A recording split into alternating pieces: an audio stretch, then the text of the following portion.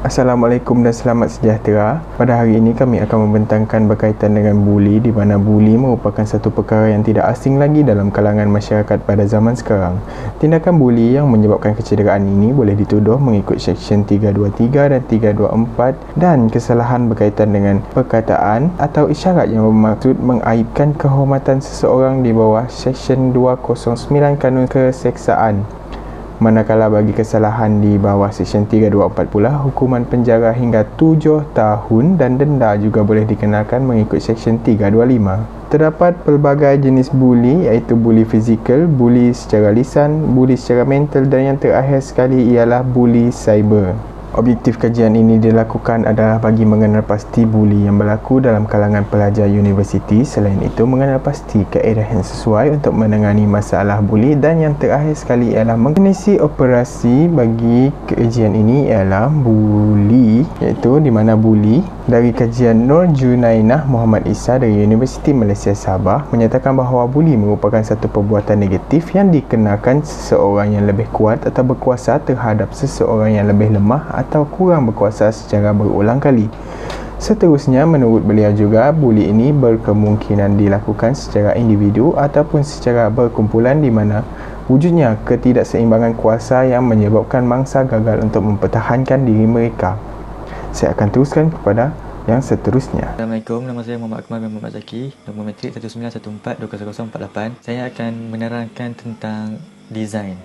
Fasa design merupakan fasa di mana kami mengumpul segala maklumat yang kami dapat ketika di fasa analisis dan membuat keputusan yang paling sesuai. Fasa ini memakan masa yang lama dan memerlukan perhatian daripada kesemua ahli yang terlibat. Fasa design ini membantu kami untuk memilih objektif kajian, alatan-alatan yang perlu kami gunakan, pengetahuan dan teknik yang perlu diketahui oleh setiap ahli, jangka masa untuk setiap proses, video dan grafik yang perlu dibuat, dan lain-lain lagi. Pada akhir fasa design ini, output yang perlu ada ialah objektif kajian, rangka kerja penuh dan papan cerita. Berdasarkan analisis yang telah dibuat, terdapat beberapa keputusan yang perlu dibuat ketika di fasa design ini. Pada awalnya, kami mengadakan perbincangan secara atas talian menggunakan aplikasi Google Meet. Perbincangan tersebut antaranya adalah untuk memilih produk kajian yang hendak kami bangunkan, sama ada video, animasi, grafik, poster atau hologram. Kami telah sebulat suara bersetuju untuk membangunkan sebuah video pesanan khidmat masyarakat, dan setelah berbincang dan bertukar-tukar pendapat dan idea, kami bersetuju untuk mengetengahkan topik buli dalam video pesanan khidmat masyarakat kami. Telah mengenal pasti tajuk, kami meneruskan perbincangan dengan pembahagian tugas sesama ahli.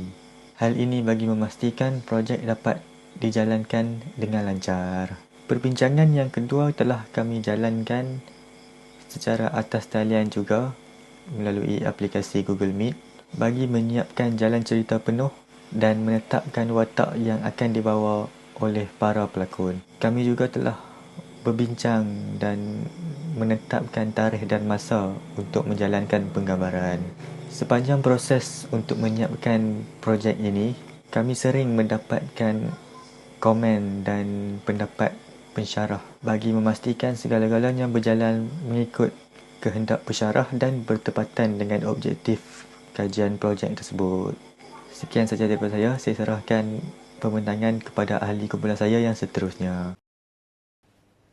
Assalamualaikum, saya Muhammad Mursyid akan membentangkan bahagian pembangunan. Untuk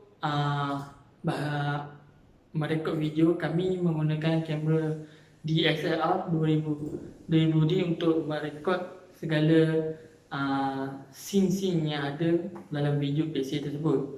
Dan untuk mengedit video itu, kami menggunakan Adobe Premiere Pro, iaitu satu Adobe yang dihaskan untuk mengedit video tersebut. Dan segala scene yang berlaku di video tersebut adalah di Kolej Kejiaman Tunku Fauziah PFI 2. Seterusnya saya akan memberi kepada pembentang seterusnya, iaitu Muhammad Ahmad.